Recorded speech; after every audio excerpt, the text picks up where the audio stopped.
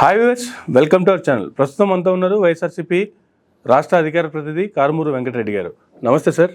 నమస్తే అమర్ గారు, మీకు మైరా మీడియా ప్రేక్షకులందరూ నమస్కారాలు. Thank you sir, thank you very much అండి. సార్, నిన్న మీ అధ్యక్షుల వారి ఆధ్వర్యంలో మిర్చి అడ్డుకెళ్ళారు రైతుల సమస్యలు తెలుసుకోవడానికి. రైతులకి మా పార్టీ అండగా ఉంటుంది. గతంలో మేము అధికారంలో ఉన్నప్పుడు రైతులకి ఏ విధమైనటువంటి ఇన్సెంటివ్స్ ఇచ్చాము, లేదంటే వాళ్ళకి ఏ విధంగా అండగా ఉన్నాము. రైతు భరోసా కేంద్రాలు తీసుకొచ్చి రైతులకి ప్రతి ఒక్కరికి ప్రతి గ్రామంలో రైతు భరోసా కేంద్రాలు ఏర్పాటు చేసి ఏ విధంగా రైతుల యొక్క వాళ్ళ స్థితిగతులు పెరిగే విధంగా, వ్యవసాయం ఉత్పత్తులు పెరిగే విధంగా, దాంతోపాటే వాళ్ళ పెట్టుబడులు మళ్ళీ వాళ్ళకి రిటర్న్ వచ్చే విధంగా, మద్దతు ధర ఏ విధంగా తీసుకొచ్చామనేటువంటి దాని మీద కూడా మంచి క్లారిటీని ఇచ్చే ప్రయత్నం చేశారు. ఫైనల్గా వెళ్ళారు, వచ్చారు. కానీ దీనికి సంబంధించి కేసులు మాత్రం ఫైనల్ అయ్యాయి. 8 మంది మీద కేసులు పెట్టారు నల్లబడి పోలీస్ స్టేషన్లో.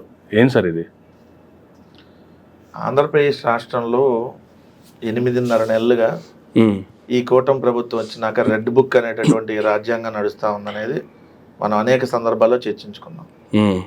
ఆ రెడ్ బుక్ రాజ్యాంగంలో భాగంగానే ఈ కేసులను కూడా చెప్పాలి. ఎందుకంటే జగన్మోహన్ రెడ్డి గారు ఈ ఎమ్మెల్సీ ఎన్నికల్లో వైఎస్ఆర్ కాంగ్రెస్ పార్టీ తరఫున ఎక్కడ అభ్యర్థులు నిలబెట్టలేదు. ఇప్పుడు గుంటూరు, కృష్ణా జిల్లాకు సంబంధించి ఎమ్మెల్సీ ఎలక్షన్ జరుగుతున్నా మా పార్టీ ఎక్కడ పోటీ చేయట్లేదు. మేము వెళ్ళింది ఎన్నికల ప్రచారానికి కాదు, లేదంటే ఎవరినో ఎన్నికల్లో ఓడగొట్టండో గెలిపించండి అని చెప్పడానికి కూడా మేము వెళ్ళాలి. ఒక రకంగా చూసుకుంటే ఎమ్మెల్సీ ఎలక్షన్స్ కను రైతులకి సంబంధం లేదు కదా. అసలు మేము అక్కడ కూడా రాజకీయ ప్రసంగాలు చేసి ఇదిగో ఎమ్మెల్సీ ఎన్నికలు వస్తున్నాయి, ఎవరిని పలానా ఓడగొట్టండి, పలానా గెలిపించండి, మేము పోటీ చేయట్లేదు, అది ఎక్కడ మేము అక్కడ మాట్లాడలేం. కానీ దీనికి ఎన్నికల కోడ్ ఉందంట. ఎన్నికల కోడ్కి రైతుల పరామర్శకి ఏం సంబంధం? ఇప్పుడు రైతులకు గిట్టుబాటు ధర లేదు అని అంటే ఎన్నికల కోడ్ ఉంది కాబట్టి మీరు గిట్టుబాటు ధర అడగకూడదు. ఎన్నికల కోడ్ ఉంది కాబట్టి గిట్టుబాటు ధర మీద ఎవరు వెళ్ళి వాళ్ళని పరామర్శించకూడదు. రైతులకు సంబంధించి వాళ్ళ నష్టాల్లో ఉంటే ఎవరు పోకూడదు అనేది ఎన్నికల కోడ్ దీని ఒక్కదానికే ఉంటుందా? రైతులకి ఎన్నికల కోడ్ ఉంటుందా? ఇంకెవరికి ఉంటుందా? అంటే మిగిలిన అందరికి ఎన్నికల కోడ్ ఉండదు, ఓన్లీ రైతులకు పరామర్శకే ఉంటుందా? అంటే ఎన్నికల సంఘం ఎలా వ్యవహరిస్తుందనంటే ప్రజాస్వామ్యాన్ని పట్టపగలు ఎలక్షన్ కమిషనే కూనీ చేస్తుంది. మామూలుగా ప్రజాస్వామ్యాన్ని కాపాడాల్సింది ఎవరు? Election commission.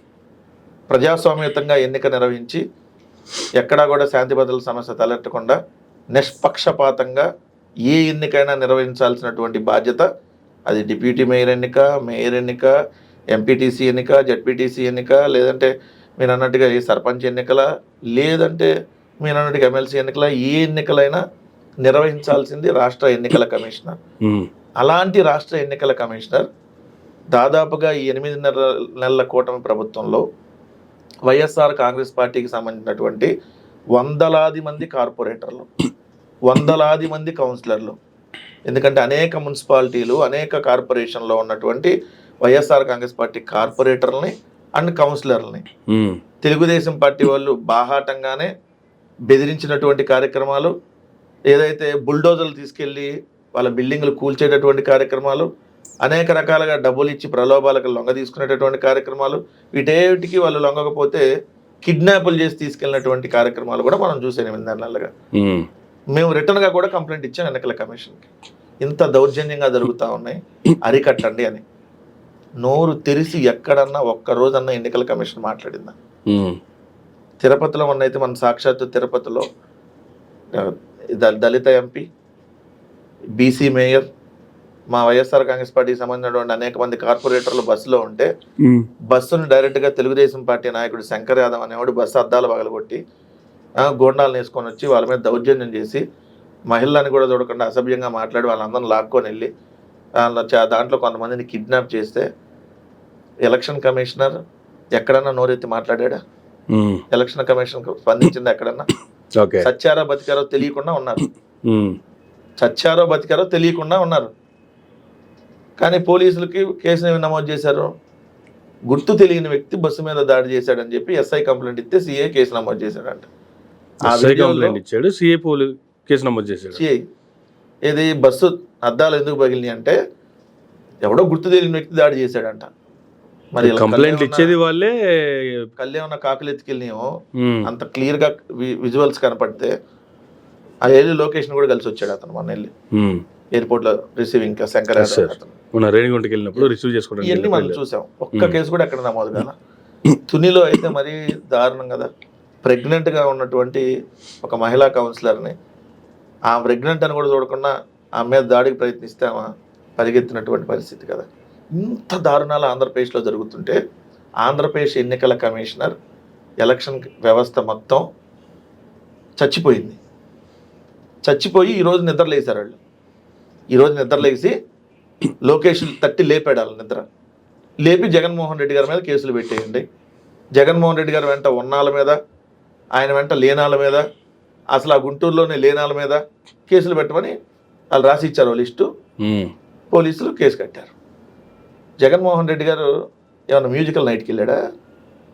ఎలక్షన్ కోడ్లో ఏమన్నా డ్యాన్స్లు వేయటానికి ఏమైనా వెళ్ళారా?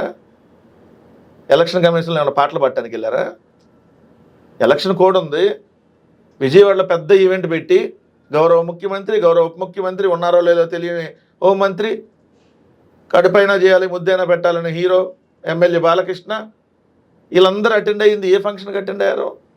ఇదే ఎలక్షన్ కోడ్ ఉన్నప్పుడే కదా మ్యూజికల్ నైట్కి అటెండ్ అయింది.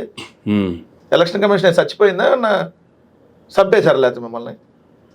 మరి వాటి మీద కదా కేసులు పెట్టాలి. అక్కడికి వెళ్ళి భావితరాల నాయకుడు అయ్యి అని చెప్పి పొగుడుతున్నారు కదా. పొగినప్పుడు మరి వాళ్ళ మీద పెట్టాల్సిందే.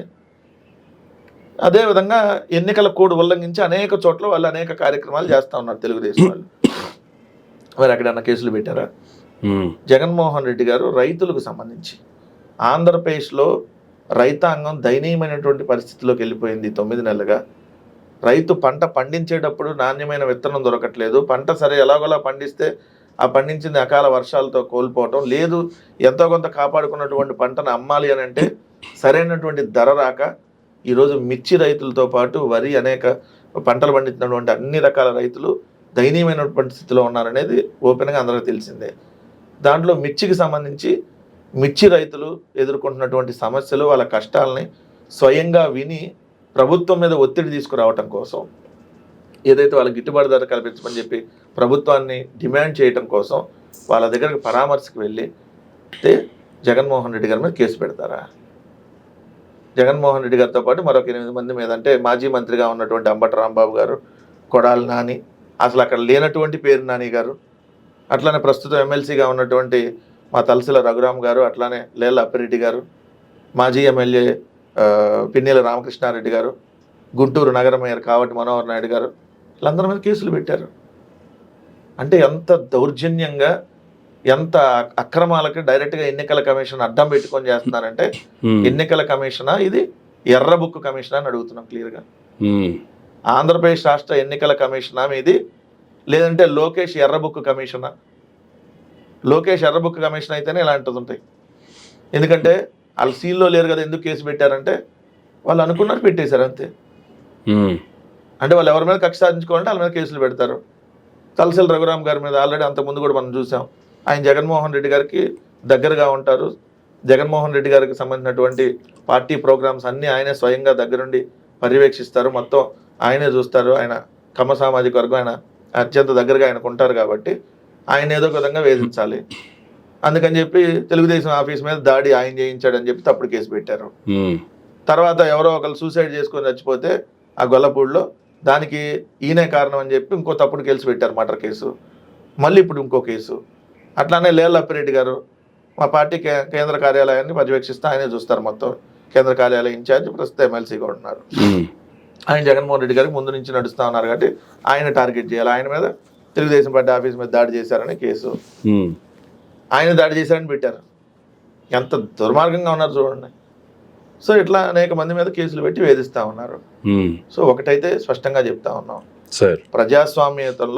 ప్రజాస్వామ్యంగా వెళ్ళకపోతే ఆ పరిణామాలు చాలా తీవ్రంగా ఉంటాయి. మీరు ఇప్పుడు అనేక రకాలుగా వైఎస్ఆర్ కాంగ్రెస్ పార్టీ నాయకులను వేధించాలని చెప్పి తప్పుడు కేసులు పెడతా ఉన్నారు. ఈ కేసులకు తగిన మూల్యం ఖచ్చితంగా చెల్లించుకుంటారు, చక్రవడ్డీతో సహా అని మాత్రం స్పష్టంగా చెప్తా ఉన్నాం.